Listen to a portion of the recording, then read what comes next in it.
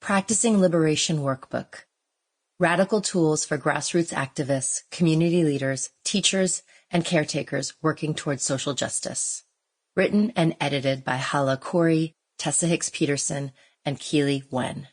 With contributions from Jacoby Ballard, Beloved Communities Network, Leslie Booker, Scarlett Duarte, Kazu Haga, Hayes Hawk, Carrie Kelly, Mobius, and Susie Zepeda. Published by North Atlantic Books. Illustrations and a resource list can be found in the PDF that comes with this audiobook. This book is dedicated to those we are most intimately accountable to, our beloved blood and chosen families, our ancestors, known and unknown, and our future descendants. It is also dedicated to the many young people, elders, community organizers, artists, healers, colleagues, comrades, and collaborators we have been blessed to work with in our communities, grassroots collectives, and larger institutions for change. We are grateful to all those who have generously shared their wisdom and practices of liberation with us, and who have asked us to pay it forward. This is for you, and you, and you. Introduction. This workbook is a love letter, a journal, and a guide for all those who work tirelessly for well-being and justice against a backdrop of conditions that cause harm to so many. This book is for anyone working toward healing, uplifting, and transforming our world. It is for grassroots activists, community organizers, educators, and mental health workers. It is for first responders, medical professionals, parents, and caretakers. We call you changemakers. And we want you to be well. We need you to be well. We too are changemakers and know how hard it is to fully embody the well-being that is our birthright and that we're fighting for in the world. Well-being and liberation can feel unattainable when we are faced with suffering and injustice, as well as impossible workloads inside of systems that don't serve us. Yet, we are hopeful and fully dedicated to transforming our systems from the inside out and creating realities inside our individual and collective bodies that reflect what is possible. We, the collective who contributed to this workbook, have crafted this offering to support others who want to join us in this ancient and beautiful struggle. Changemakers everywhere are facing high levels of stress, which often lead to burnout and health challenges on an individual level, and conflict, high turnover, and even abuse at an organizational level.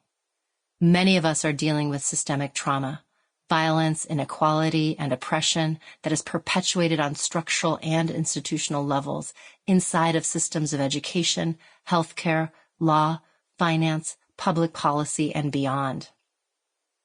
These systems often privilege certain individuals and communities and exclude, disregard, or harm others. This results in what we call the trauma of injustice, stemming from racism, ableism, sexism, transphobia, heterosexism, classism, ageism, xenophobia, religious bigotry, and any other form of identity-based oppression. Because of this, we need practices to help us cope and heal, not just so we can be well ourselves, but so we can continue the important work of challenging inequity and a culture that ranks our worth and pits our needs against each other. Radical care for ourselves and our community expands the capacity of individuals, organizations, and collectives to build cultures of justice, care, and mutuality together, with a rippling impact in the rest of the world. Most changemakers today have tremendous skills and practices for personal and organizational resiliency in the face of the tyranny of the world. But what if the tyranny of exhaustion and stress is partially self-imposed and actually limiting the vision of the world we want? What if we could integrate new ideas, tools, and practices into our personal and collective lives that would elevate commitments to caring for ourselves and our communities and translate into more sustainable ways in which our organizations and movements could operate? What if we discovered that slowing down to take care, to invest in relationships, to put the values of community liberation and wellness into our daily work practices and structures actually allows us to feel better and more interconnected as we do the work of recreating a better world? What if we created the world we want in the one we have, and even felt joy, connection, and sustainability in the process of that hard work of change? What if the work itself felt life-giving and restorative, rather than draining and conflictual? Many before us have emphasized the importance of connecting change-making work to radical healing practices. Radical means going to the root, to the spirit of the matter. Indigenous communities and ancient wisdom traditions throughout the world have long held at the root of their values the interconnectedness of mind, body, and spirit, and of individuals, communities, and ecosystems. The models for regenerative and restorative practices that we desperately need today are as old as and directly connected to our impulse to repair the world. Thus, what we need is the very knowledge that we hold in our bones, in our ancestral memories, in histories both abandoned and stolen. What we offer here are vehicles for remembering, that is, bringing the parts of such knowing and communal practicing back together, with the added value of what new science, consciousness, and traditions can bring to a remix that will deepen and expand strategies to sustain ourselves in the world we live in today. Often, the impact of systemic oppression and injustice can keep us in survival mode, constantly putting out fires and fighting for basic rights. This can make it feel impossible to have space to imagine what we want because all of our energy is going to dealing with the impacts of what we don't want. This is one aspect of the trauma of injustice. It can block our capacity to dream and imagine and keep us stuck in reactivity and crisis. When we center healing in our work, it can challenge and disrupt the ways we've become so accustomed to fighting that we get stuck and even unconsciously attached to the fight. When we center healing, our work can become generative rather than just reactive.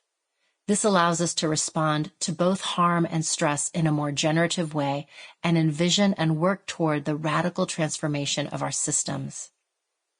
This requires us to be flexible and agile so we can move from crisis and urgent matters into spaces to connect and envision long-term solutions to the problems we are facing. The healing process can help us transform tendencies rooted in trauma and survival into more life-affirming traits that support us to move beyond surviving into thriving.